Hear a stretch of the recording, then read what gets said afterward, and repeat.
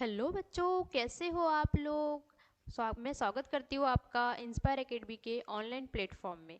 बच्चों, कल हमने देखे थे किसके बारे में, अरहर के बारे में, है ना। अरहर के बारे में देखे थे, अरहर का क्लासिफिकेशन। आज हम देखेंगे बच्चों, आप लोगों को दिख रही क्रॉप बच्चों किसके बारे में। मूंगना मत समझ लेना बच्चों इसको, है ना। ये क्या है बच्चों, मूंग की बात कर रहे हैं। ये जो दिख रही है बच्चों आपको, जिसको हम ग्रीन ग्राम, है ना, गोल्डन ग्राम के रूप में भी जानते हैं, है ना। आपने पीली मूंग देखे हो बच्चों, पीली मूंग, हरी मूंग देखे हो, जिसको हम लोग ग्रीन ग्राम या गोल्डन ग्राम के रूप में भी जानते हैं, है ना। तो बच्चों आइए हम आज मूंग का क्लासिफिकेशन देखते हैं। आई होप बच्चों आप लोगों को कल क्लास पसंद आई होंगी, है ना। तो कल ही क्लास में हमने बच्चों देखे थे अरहर के बारे में, अरहर का क्लासिफिकेशन, है ना। अरहर के बारे में, अरहर का क्लासिफिकेशन पढ़ने के बाद आप लोगों को मजा आया होगा, है ना। क्यों, इसके उसका नाम ही इतना प्यारा था। कितना क्या था बच्चों अरहर का बॉटनिकल नेम, केजेनस कजान के रूप में हम लोग उसको जान रहे थे, है ना। केजेनस कजान के रूप में हम लोग अरहर को जान रहे थे। उड़द, तूर, इसके, है ना, पीजन पी, ये सब उसके अन्य नाम थे, है ना। और बच्चों आज हम देखने वाले हैं किसके बारे में, आज हम देखने वाले हैं बच्चों मूंग के बारे में। जो मूंग का बॉटनिकल नेम तथा मूंग की फैमिली तथा मूंग की क्लासिफिकेशन आज हम कवर करेंगे।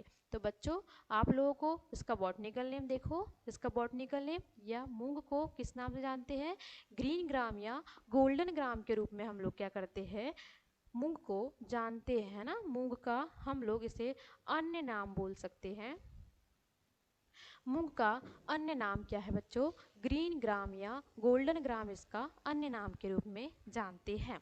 तो आप लोग बैठे बैठे बोलिए क्या है, ग्रीन ग्राम। ग्रीन ग्राम क्यों बोलते हैं, है ना।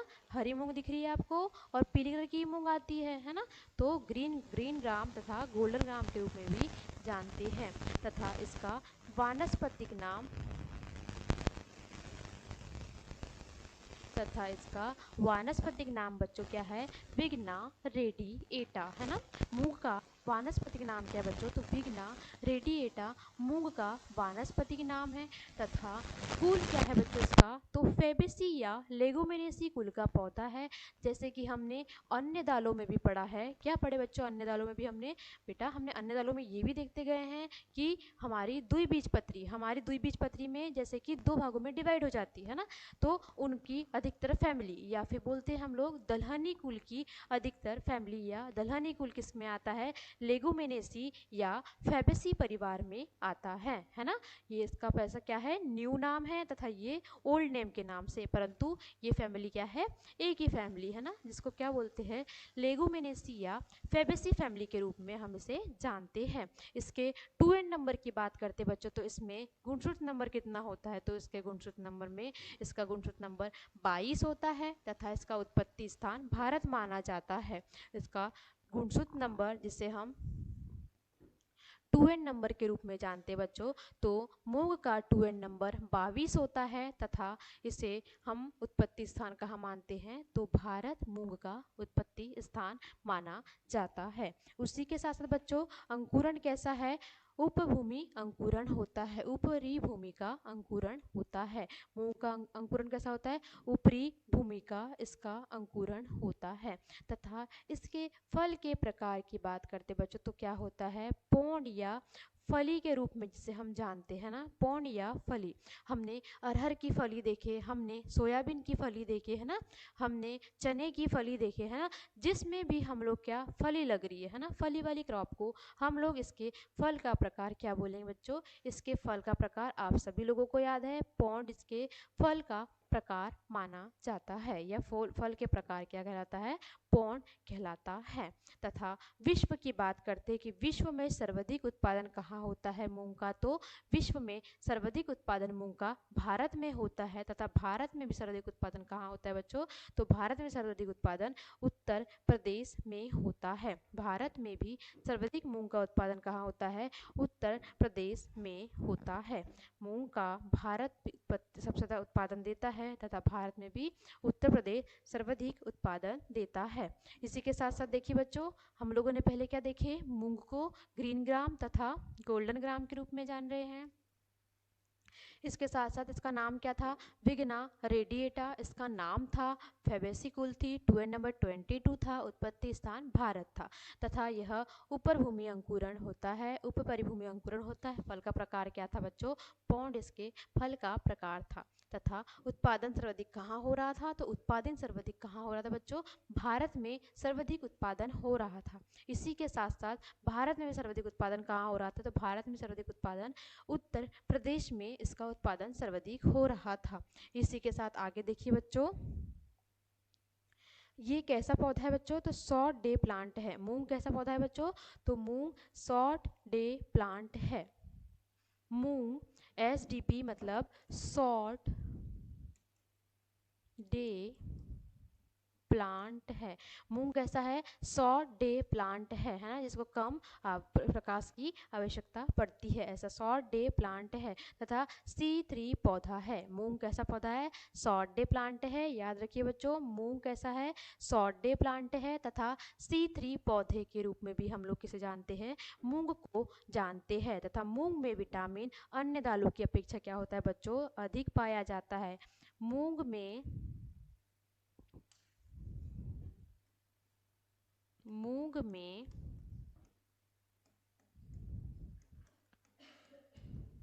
विटामिन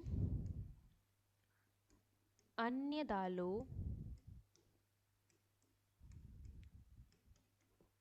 की अपेक्षा अधिक पाया जाता है।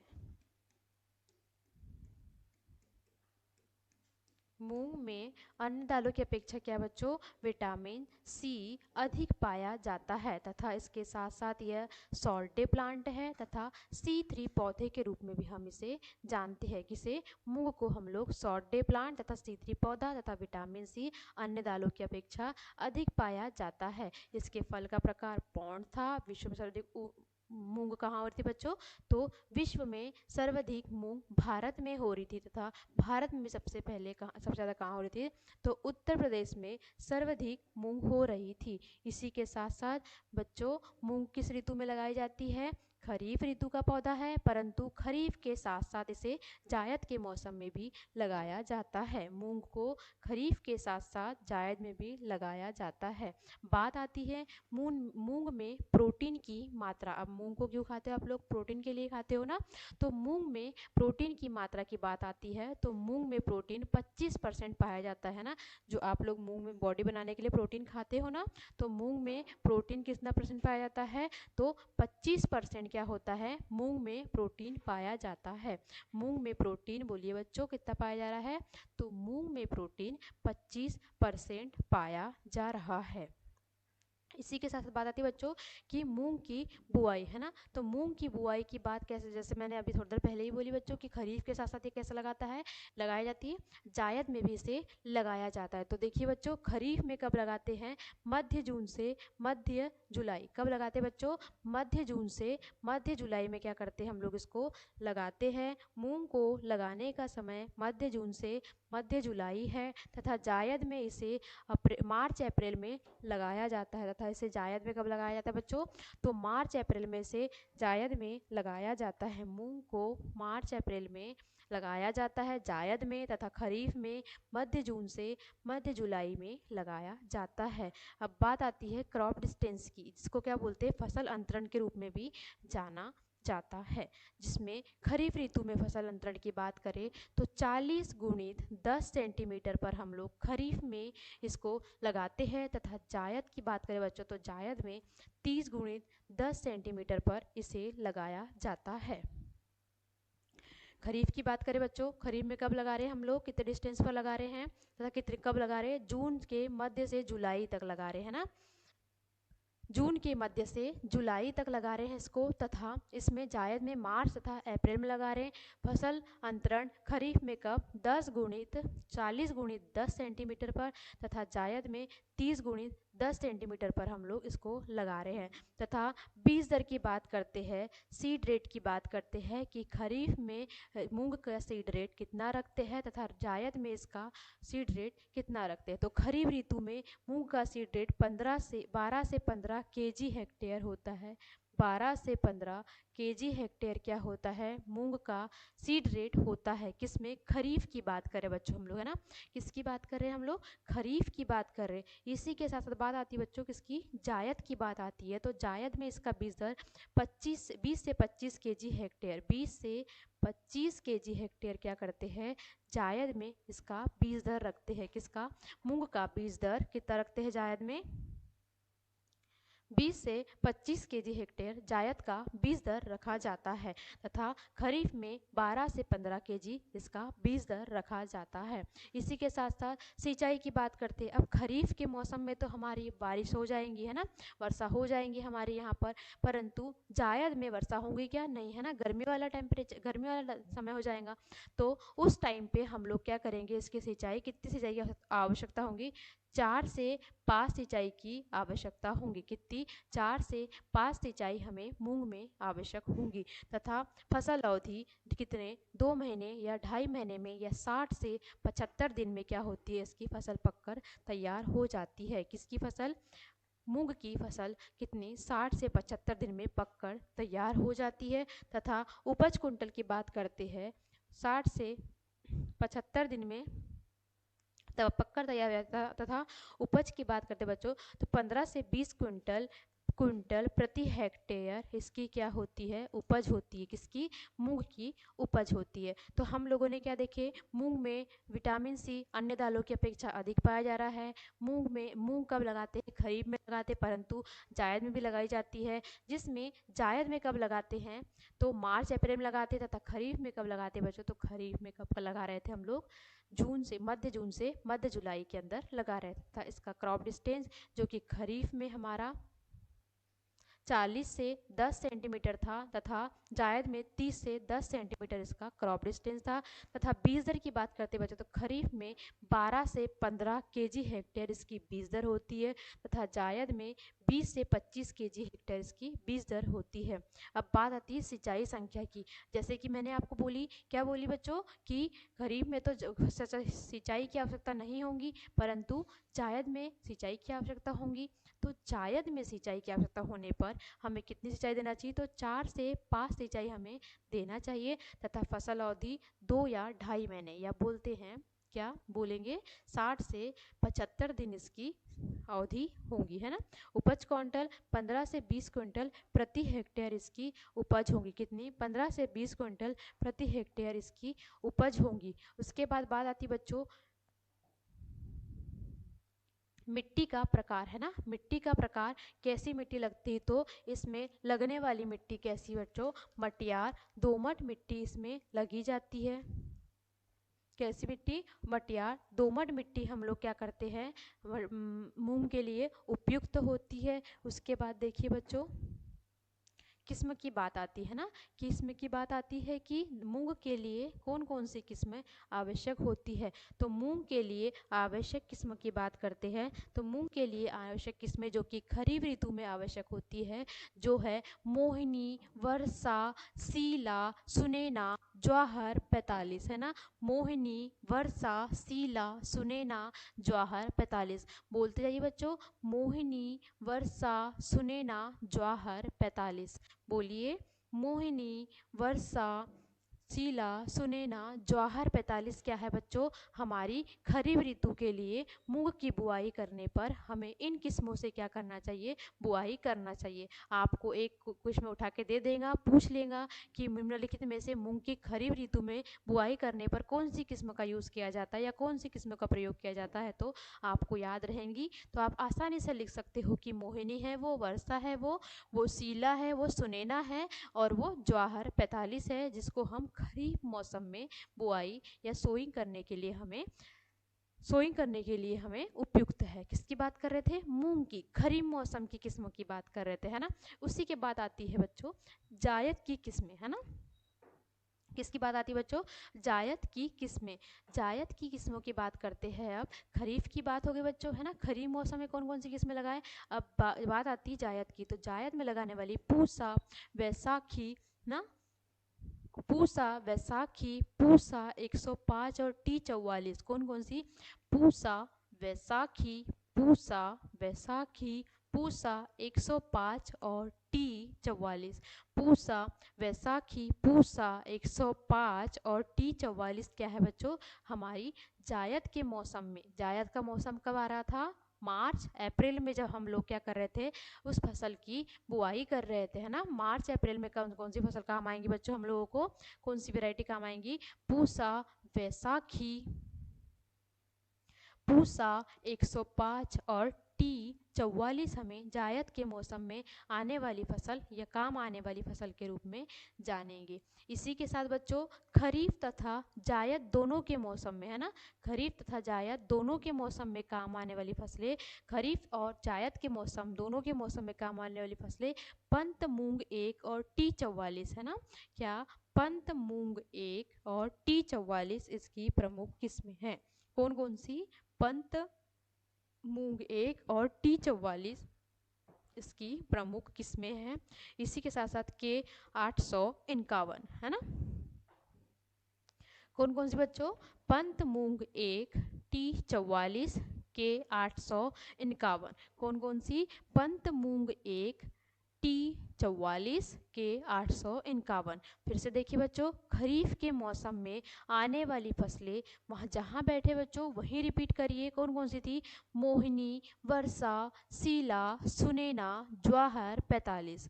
बोलिए, मोहिनी, वर्षा, सीला, सुनैना, ज्वाहर 45। जायद के मौसम की बात करते बच्चों, तो जायद के मौसम में पूसा, बैसाखी, पूसा 105, टी 44 हमारी जायद के मौसम की फसल थी तथा किस्में थी, तथा जायद तथा खरीफ तथा जायद दोनों के मौसम के लिए किस्में कौन सी थी, पंत मूंग 1, टी 44 और के 851 खरीफ तथा जायद की हमारी किस्में थी। अब बात आती है इम्पोर्टेंट वेराइटी की, है ना। इम्पोर्टेंट वेराइटी की बात आती है तो जलगांव, है ना, इम्पोर्टेंट वेराइटी में आती है एक जलगांव 781, है ना, जलगांव 781 MJ, जलगांव 781, बोलिए MJ 910, जलगांव 781 MJ 910 जीवाणु की पत्ती छल्ला के लिए, है ना।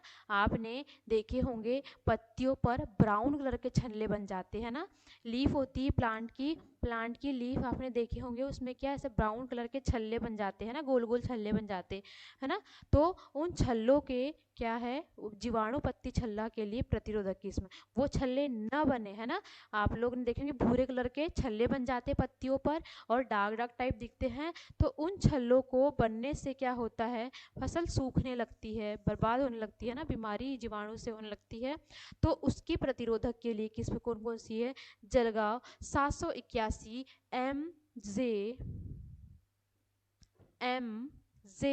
9 और 10, MJ 9 और 10 किसके लिए है, जीवाणु पत्ती छल्ला रोगों के लिए प्रतिरोधक किस्म है। इसी के बाद बात आती है बच्चों किसकी, MJ 131 की, है ना। कौन सी किस्म, MJ 131, जिस और पूसा 101 और 105, है ना। MJ 131, MJ 131, पूसा 101 और 105 की बात आती है, जो क्या, पीला मोजेक बीमारी के लिए, है ना, पीला मोजेक रोग के लिए प्रतिरोधक किस्म है।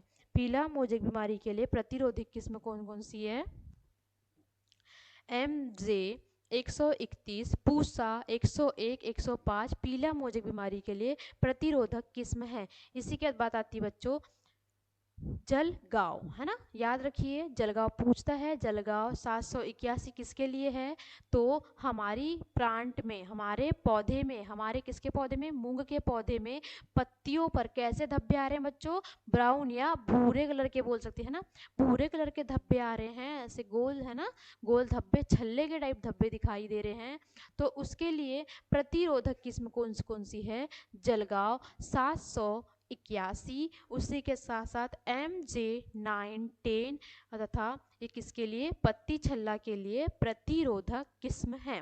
इसी के साथ बात आती है बच्चों MJ 131 और पूसा 1 और पूसा 5 की, जो पीला मोज़ेक बीमारी के लिए होती है। अब पीला मोज़ेक बीमारी आपको बताने की ज़रूरत नहीं है बच्चों, क्योंकि आपने अरहर में भी पढ़े हो, है ना, इस बीमारी को, पीला मोज़ेक बीमारी के लिए, जिसमें परंतु पर अरहर में किससे हो रही थी बच्चों, तो अरहर में फफूंद से हो रही थी, तथा यहाँ पर किससे हो रही है, जीवाणु से हो रही है ना।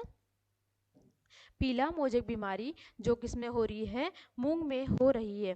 इसी के साथ साथ एक किस्म आती है मूंग की, है ना, सॉरी मोठबीन की। मोठबीन बच्चों जिसको हम मोठ के नाम से भी जानते हैं, कुछ जगह पे इसे वीट के रूप में भी लिया जाता है, परंतु कुछ जगह इसे क्रॉप के रूप में भी लिया जाता है ना। तो मोठबीन की फेमस वेराइटी के बारे में पूछता है, तो मोठबीन की famous variety R M O 40 क्या है, मोठबीन की फेमस वेराइटी है, जिसको क्या बोलते हैं हम लोग, जादुई किस्म के नाम से भी जानते हैं। मोठबीन जो मोठ होती है उसी को कहा जाता है, जिसको कुछ जगह पे वीट के रूप में, यह हमारी फसल को खराब करती है इसीलिए वीट के रूप में निकाल दिया जाता है। उसकी एक फेमस किस्म है जिसे जादुई किस्म बोलते हैं, RMO 40 इसकी फेमस किस्म है या जादुई किस्म के रूप में जानते हैं। इसके बाद बात आती है बच्चों किसकी, बीमारी की, है ना। बीमारी की बात आती है तो बीमारी में देखिए बच्चों, किसकी कौन सी फेमस बीमारी, पीला मोज़ेक रोग, है ना, पीला मोज़ेक रोग, किसका, मूंग का पीला मोज़ेक रोग जो किससे हो रहा है बच्चों, वायरस से हो रहा है ना। मूंग का पीला मोज़ेक रोग जो किससे हो रहा है, वायरस से फैल रहा है ना। वो इसकी फेमस डिसीज है, किसकी फेमस डिसीज है बच्चों, ये किसकी, मूंग की फेमस बीमारी या डिसीज के रूप में जाना जाता है। तो बच्चों हम लोगों ने मूंग में क्या क्या देखे, मूंग में हम लोगों ने देखे, मूंग में हमने देखे कि मूंग को किस किस नामों से जाना जा रहा है, तो मूंग को ग्रीन ग्राम तथा black gram, sorry green gram तथा गोल्डन ग्राम के रूप में जाना जा रहा है, तथा इसका वानस्पतिक नाम देखे हमने जो है विग्ना रेडिएटा, है ना। मूंग का बॉटनिकल नेम क्या था, विग्ना रेडिएटा। कुल फेबेसिया लेगुमिनेसी कुल का पौधा होता है ना। किस कुल का पौधा होता है बच्चों, फेबेसिया लेगुमिनेसी कुल का पौधा होता है।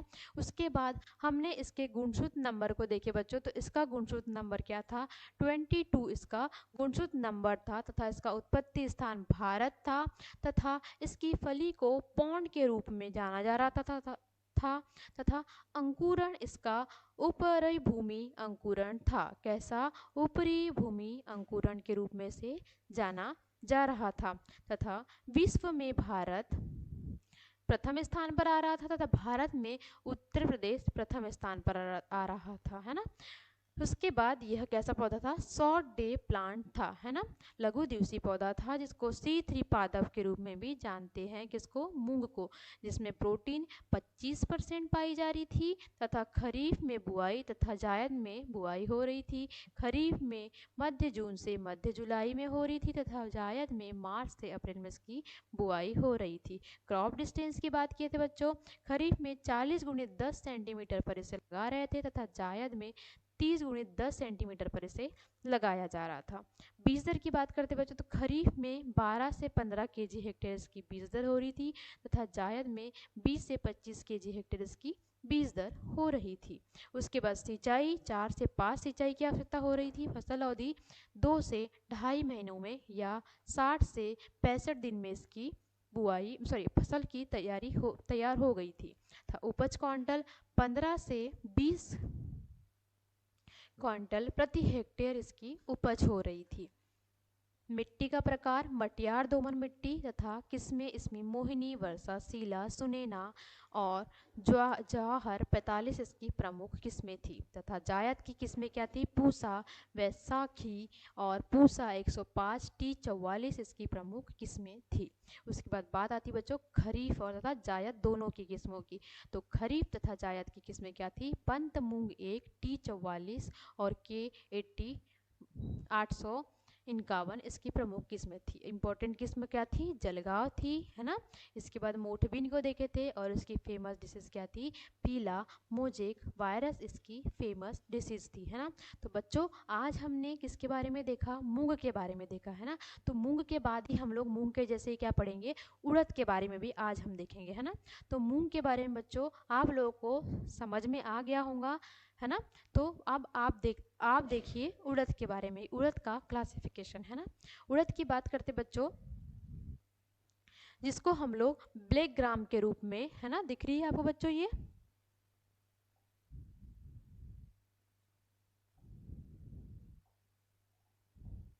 दिख रही है बच्चों आपको उड़द उड़द कैसे दिख रही है? ये ब्लैक दिख रही है, तो इसे क्या कहते हैं हम लोग? ब्लैक ग्राम के रूप में भी, ब्लैक ग्राम, है ना। उड़द को हम लोग क्या बच्चों? ब्लैक ग्राम के रूप में भी जानते हैं। किसे? उड़द को हम लोग ब्लैक ग्राम के रूप में भी जानते हैं, या उड़द, है ना, बीन भी कहते हैं, उड़द या उर्द के नाम से भी जानते हैं। इसका वानस्पतिक नाम की बात करते हैं तो विग्ना मूंगो, है ना। मूंग का वानस्पतिक नाम क्या है? सॉरी, उड़द का वानस्पतिक नाम क्या है बच्चों?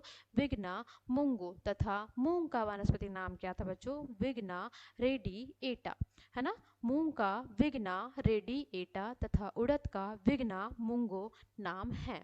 इसके आगे देखिए बच्चों, फैमिली इसकी हो या किसी भी दलहनी चीजों की फैमिली हो, क्या होंगी? फेबेसी फेबेसी या लेगुमिनेसी, किसी भी दलहनी चीज़ों का नाम आया आपको तो आपको झट से याद करना है कौन सी फैमिली? लेगुमिनेसी फैमिली से बिलोंग करता है ना। अब बात रही नाम याद करने की, तो उसमें भी विग्ना सेम था, इसमें भी विग्ना सेम है ना। कंफ्यूज मत होना, उसमें विग्ना, उसमें मतलब मूंग में क्या? विग्ना रेडिएटा लगाना है आप लोगों को, और उड़द में क्या? विग्ना मूंगों को लगाना है।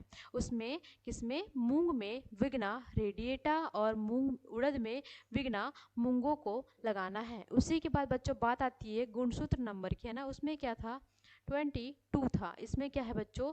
24 इसके गुणसूत्र की संख्या है, जिसे हम 2n नंबर के नाम से भी जानते हैं। इसमें 2n नंबर कितना है? 24 है। तथा इसकी उत्पत्ति स्थान क्या है? भारत। उसमें भी उत्पत्ति स्थान क्या था बच्चों? भारत ही था। इसका भी उत्पत्ति स्थान क्या है बच्चों? भारत ही है ना। तथा यह कैसा पौधा है? गर्म व तथा कैसा पौधा है? गर्म व नम जलवायु का उपयुक्त पौधा है ना। कैसा पौधा है? गर्म तथा नम जलवायु का उपयुक्त पौधा है, उपयुक्त है। तथा इसमें क्या होता है? फास्फोरस पाया जाता है। फास्फोरस याद रखिए बच्चों, इसमें फास्फोरस पाया जाता है, परंतु अन्य दालों की अपेक्षा 8 गुना अधिक पाया जाता है। अन्य दालों से 8 गुना अधिक पाया जाता है ना। इसमें फास्फोरस पाया जा रहा है, फास्फोरस पाया जा रहा है, और कितना पाया जा रहा है बच्चों? अन्य दालों की अपेक्षा 8 गुना अधिक इसमें फास्फोरस पाया जा रहा है। इसमें प्रोटीन, उड़द का प्रोटीन प्रोटीन परसेंट कितना होता है? तो उड़द में प्रोटीन परसेंट 24% होता है। तथा मूंग की बात करें तो मूंग में प्रोटीन कितना हो रहा था? 25% हो रहा था, है ना। मूंग में प्रोटीन की बात करें तो मूंग में प्रोटीन कितना हो रहा था? 25% हो रहा था। तथा साथ साथ लेके चलेंगे बच्चों तो दोनों चीजें याद रहेंगी, है ना, कंफ्यूजन नहीं होगा, है ना। तो मूंग में प्रोटीन कितना हो रहा था बच्चों? 25% हो रहा था। तथा उड़द में प्रोटीन कितना हो रहा है? 24% हो रहा है। तथा इसमें फास्फोरस पाया जा रहा है, जो क्या है? अन्य दालों की अपेक्षा अधिक पाया जा रहा है। किसमें अधिक पाया जा रहा है? उड़द में अधिक पाया जा रहा है फास्फोरस, है ना। उसके बाद बात करते बच्चों हम लोग इसकी बुआई की, है ना। किसकी? उड़द की बुआई की। कि उड़द की बुआई कब करते हैं? तो उड़द की बुआई खरीफ तथा रबी दोनों ऋतुओं में की जाती है, जिसमें खरीफ का याद रखेंगे जून से जुलाई में की जाती है। खरीफ में बुआई जून से जुलाई में की जाती है तथा जायद में मार्च से अप्रैल में, है ना।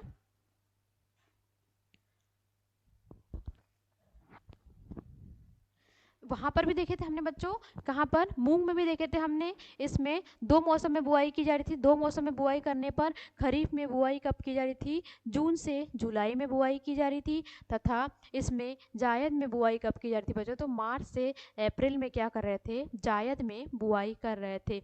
फसल अंतरण की बात करते बच्चों, अन्य मतलब क्रॉप डिस्टेंस की बात करते हैं, तो इसमें क्रॉप डिस्टेंस कितना होगा? बस खरीफ में होगा 45 गुणित 15 पर इसे लगाएंगे, तथा जायद में से 30 गुणित 10 पर हम लोग बुआई करेंगे। कितना? 45 गुणित 15 पर खरीफ में, और जायद में कब करेंगे? 30 गुणित 10 पर इसकी फसल को बोएंगे। तथा बीज दर की बात आती बच्चों, तो खरीफ में इसकी बीज दर 12 से 15 केजी रखेंगे, 12 से 15 केजी हेक्टेयर रखेंगे। तथा जायद में 20 से 25 केजी हेक्टेयर रखेंगे। कब रखेंगे? खरीफ में 12 से 15 केजी हेक्टेयर, है ना। किसकी बात कर रहे हैं? उड़द की बात कर रहे हैं। उड़द में हम लोग इसकी बीज दर 12 से 15 केजी हेक्टेयर रखेंगे, तथा जायद में 20 से 25 केजी हेक्टेयर इसकी बीज दर रखेंगे। तब बात आती है सिंचाई की, तो हम लोगों ने वहाँ भी देखे थे इसकी सिंचाई 4 से 5 सिंचाई की आवश्यकता हो रही थी। तो यहाँ भी सिंचाई कितनी बच्चों? 4 से 5 इसकी सिंचाई संख्या होंगी। फसल अवधि 2 महीने या 2.5 महीने, वही है ना, 60 से 75 दिन क्या बच्चों? इसकी फसल अवधि की बात करते हैं कि फसल अवधि 60 से 75 दिन इसकी में फसल पककर तैयार हो जाती है। अब उपज की बात करते हैं, तो 10 से 15 क्विंटल हेक्टेयर इसकी उपज होती है। उड़द की उपज कितनी हो रही है बच्चों? तो 10 से 15 क्विंटल हेक्टेयर इसकी क्या हो रही है? उपज हो रही है। सेम उसमें भी मिट्टी आ रही थी, मटियार दोमट मिट्टी, और इसमें भी सॉइल क्या आ रही है? मटियार दोमट सॉइल इसमें भी आ रही है। दोनों की सॉइल क्या आ रही है? मटियार दोमट सॉइल आ रही है। इसी के साथ साथ बच्चों देखते हैं इसकी वेराइटियाँ। किसकी वेराइटियाँ? उड़द की वेराइटियाँ, कि उड़द में कौन कौन सी वेराइटियाँ पाई जाती है। तो उड़द की वेराइटियाँ देखते बच्चों। उड़द में आने वाली वेराइटियाँ है, पहली खरीफ की किस्में, है ना। खरीफ की किस्में में Pusa 1, mass number 1, Gwalior 2, JU 2, Khargone 3 और उज्जैन 4 इसकी खरीफ में लगाने वाली किस्में हैं। किसकी? मूंग में खरीफ में लगाने वाली किस्में पूसा 1, मास 1, ग्वालियर 2, JU 2 और क्या है? खरगोन 3 और उज्जैन 4 इसकी प्रमुख वैरायटी है, खरीफ की प्रमुख वैरायटी। तथा अब आती बात किसकी? जायद की प्रमुख वैरायटी की। तो जायद की प्रमुख वैरायटी क्या है? पूसा 1, उज्जैन 4, T9, G31 इसकी क्या है? जायद की वैरायटियाँ है। उड़द की जायद की वैरायटियाँ पूसा 1, उज्जैन 4, T9, J31 इसकी क्या है? जायद की वैरायटियाँ है। इसी के साथ साथ अन्य वैरायटी या विशेष किस्मों की बात करेंगे हम लोग। तो अन्य वैरायटी में पंत U19, 26, 36 ये जाति पीला मोजेक के लिए प्रतिरोधी जातियाँ है ना। पंत U19, 26, 36 पीला मोजेक के लिए प्रतिरोधी जातियाँ है। किसकी बात कर रहे हैं हम लोग बच्चों? उड़द की बात कर रहे हैं ना। मूंग में भी पीला मोजेक लग रहा था, अरहर में भी लग रहा था, अब किस में भी लग रहा है? उड़द में भी पीला मोजेक बीमारी लग रही है। तो पीला मोजेक के लिए प्रतिरोधी किस्म पंत U19, 26, 36 जातियाँ क्या है? पीला मोजेक के लिए प्रमुख जातियाँ है। इसके बाद बात आती है बच्चों किसकी? बीमारी, है ना, कि इसमें बीमारी क्या लग रही है? तो पीला मोजेक बीमारी इसमें भी लग जा रही है। किसमें? उड़द में भी पीला मोजेक बीमारी लग रही है ना। किसकी बात करें हमने? उड़द की। उड़द में भी क्या हो रही है बच्चों? हमारी पीला मोजेक बीमारी को से प्रकोप हमारी फसल को हो रहा है ना। उसके बाद फिर से हम एक बार उड़द को देखते हैं, है ना। तो उड़द में हम लोगों ने क्या क्या देखे बच्चों? उड़द का बॉटनिकल नेम, है ना। मूंग का बॉटनिकल नेम क्या था? विग्ना रेडिएटा, है ना। उड़द को जिसको हम ब्लैक ग्राम के रूप में जानते हैं, उसका बॉटनिकल नेम क्या था? विग्ना मूंगो इसका बॉटनिकल नेम था। तथा इसमें कुल क्या था बच्चों, तो लेगुमिनेसीज का कुल था 2 एंड नंबर इसका 24 है तथा मूंग का 22 था। उत्पत्ति स्थान दोनों का सेम है, भारत इनका उत्पत्ति स्थान है तथा गर्म जलवा नम जलवायु उपयुक्त होती है उड़द के लिए, तथा फास्फोरस अन्य दालों की अपेक्षा 8 गुना अधिक किसमें पाया जाता है, उड़द में पाया जाता है ना। प्रोटीन की बात करें तो 25% प्रोटीन किसमें पाया जा रहा था, मूंग में पाया जा रहा था, तथा 24% प्रोटीन किसमें पाया जा रहा है, उड़द में 24% प्रोटीन पाया जा रहा है। मूंग की बुआई भी खरीफ तथा जायद दोनों में हो रही थी, सेम सीजन पे हो रही है। खरीफ में कब, जून से जुलाई, तथा जायद में मार्च से अप्रैल में इसकी बुआई हो रही है। फसल अंतरण की बात करें तो खरीफ में 45 गुणित 10 15 पर लगाते हैं और जायद में 30 गुणित 10 पर इसे लगाया जाता है। बीज दर इसकी 12 से 15 इसकी बीज दर खरीफ की तथा जायद की 20 से 25 इसकी बीज दर रखी जाती है।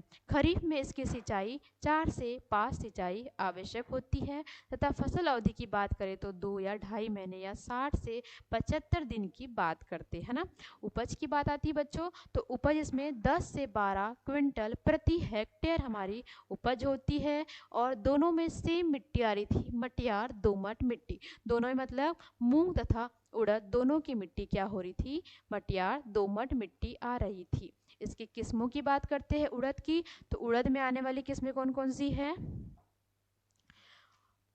उड़द में आने वाली किस्में देखिए, पूसा 1, मास 1, बोलिए पूसा 1, मास 1 और JU2, खरगोन 3, उज्जैन 4 इसकी प्रमुख किस्में थी खरीफ की, तथा जायद की पूसा 1, उज्जैन 4, T9, J31 इसकी जायद की किस्में थी। पंत U 19, 26, 36 इसकी पीला मोजेक बीमारी के लिए उपयुक्त किस्म थी। इसी के साथ साथ बच्चों बीमारी की बात करते तो पीला मोजेक बीमारी इसमें भी लग रही थी, है ना। उसके बाद बात करते बच्चों हम लोग किसकी बात करते हैं, मसूर की, है ना। मसूर लिंट बोलते जिसे, मसूर को लिंट के नाम से भी जाना जाता है ना। मसूर की बात करते हैं बच्चों, आपको उड़द भी समझ में आई होंगी शायद, है ना। उसके बाद हम लोग बात किसी करते हैं, मसूर की बात करते हैं जिसे हम लिंट के नाम से जानते हैं, है ना। मसूर को किस नाम से जानते हैं हम लोग, लिंट के नाम से जाना जाता है, जिसका बॉटनिकल नेम या वानस्पतिक नाम लेंट एक्सक्यूलेंटा है।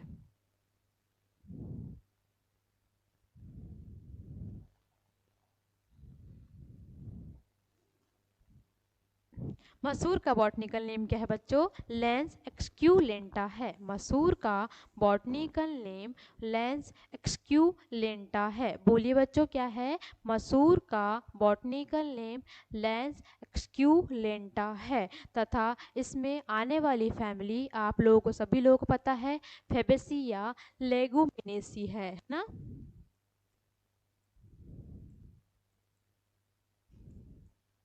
फेबेसिया लेगुमिनेसी कुल का पौधा है। इसमें गुणसूत्र 14 होता है। इसके पहले 22 और 24 किस्में देखे बच्चों, रिपीट करिए, 22 किस्में देखे, मूंग में देखे, उड़द में क्या देखे, उड़द में हमने 24 देखे, है ना। और इसमें गुणसूत्र कितना होता है बच्चों, तो 14 इसमें गुणसूत्र नंबर पाया जाता है। इसके बाद देखते बच्चों कि इसका उत्पत्ति स्थान, है ना। तो उत्पत्ति स्थान क्या है, भारत। मूंग और उड़द दोनों का कहाँ आ रहा था, भारत ही उत्पत्ति स्थान आ रहा था। इसके बाद इसका भी उत्पत्ति स्थान क्या आ रहा है, भारत ही इसका उत्पत्ति स्थान आ रहा है। इसके बाद अंकुरण की बात करते हैं तो अधोभूमिक अंकुरण होता है। इसमें कैसा अंकुरण होता है, अधोभूमिक अंकुरण होता है तथा किस ऋतु का पौधा है, तो मसूर रबी ऋतु का पौधा है ना। कैसा पौधा है, तो रबी ऋतु का पौधा है। मसूर की बात करें हमने, मसूर का बॉटनिकल नेम क्या था बच्चों, लेंस एक्सक्यूलेंटा, है ना।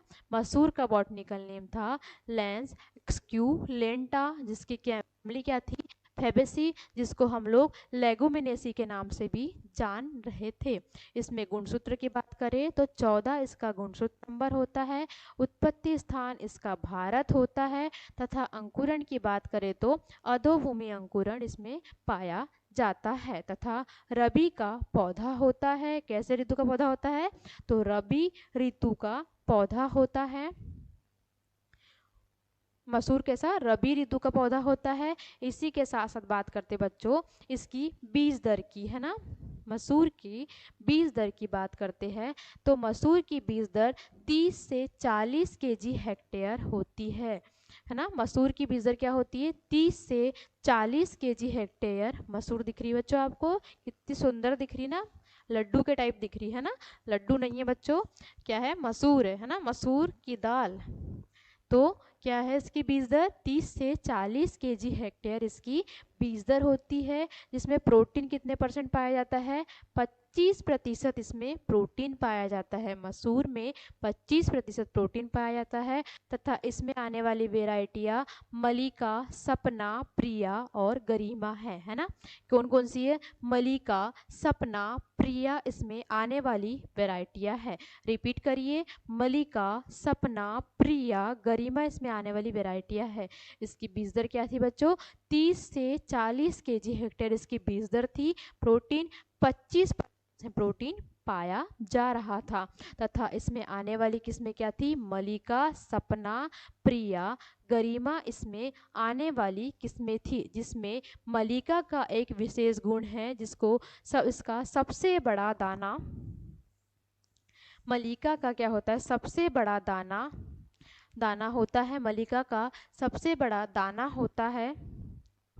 मलिका का क्या होता है? सबसे बड़ा दाना होता है मसूर की बात में, मसूर की वैरायटी में तथा सपना, प्रिया और गरिमा इसकी वैरायटी है। मसूर की बात करें, लैंस एक्सक्लूलेंटा नाम था तथा एक और बात होती है, मसूर में वायुमंडल में नाइट्रोजन फिक्सेशन का कार्य है ना, ये सर्वाधिक करती है। क्या करती है? ज़्यादा नाइट्रोजन फिक्सेशन का कार्य करती है। इसी के बाद देखते बच्चों हम लोग कि मसूर की बात देखते हैं। मसूर में क्या देखे? Lens esculenta, Fabaceae family, 2n number 14, उत्पत्ति स्थान भारत तथा अधोभूमि अंकुरण की बात करें। ऋतु की बात करते हैं तो रबी ऋतु का पौधा है ना। कैसे ऋतु का पौधा है? तो रबी ऋतु का पौधा है, जिसमें हमने बीज दर क्या देखे? 30 से 40 केजी इसकी बीज दर देखे तथा 25% इसमें प्रोटीन पाया जा रहा है तथा मलिका इसकी सबसे बड़ा दाने वाली किस्म है तथा सपना, प्रिया और गरिमा भी इसमें आने वाली प्रमुख किस्में हैं, है ना। इसमें आने वाली प्रमुख किस्में क्या है? सपना, प्रिया और गरिमा। बच्चों आज हमने किस क्रॉप के बारे में देखे? आज हमने मूंग के बारे में देखे, उड़द और मसूर के बारे में देखे, है ना। आप लोगों को बच्चों पसंद आया होगा, है ना। तो मसूर में क्या देखे हम लोगों ने? 25% प्रोटीन पाया जा रहा है और मूंग की बात करें बच्चों हम लोग तो मूंग में कितना परसेंट पाया जा रहा था प्रोटीन? मूंग में हमारा प्रोटीन 25% पाया जा रहा था, जबकि हमारा उड़द में प्रोटीन कितना पाया जा रहा था? 24% प्रोटीन पाया जा रहा था। सिंचाई सेम लग रही है सब लोगों को, 4 से 5 सिंचाई की आवश्यकता हो रही थी तथा मूंग और उड़द कब बो रहे थे? खरीफ तथा जायद में बो रहे थे, जबकि हमारी मसूर की क्रॉप एक ऐसी थी जो हम लोग कब बो रहे थे? रबी मौसम में बोई जा रही थी, है ना। तो बच्चों आप लोगों को लेक्चर अच्छा लगा हो तो प्लीज़ लाइक कीजिए, शेयर कीजिए और सब्सक्राइब कीजिए।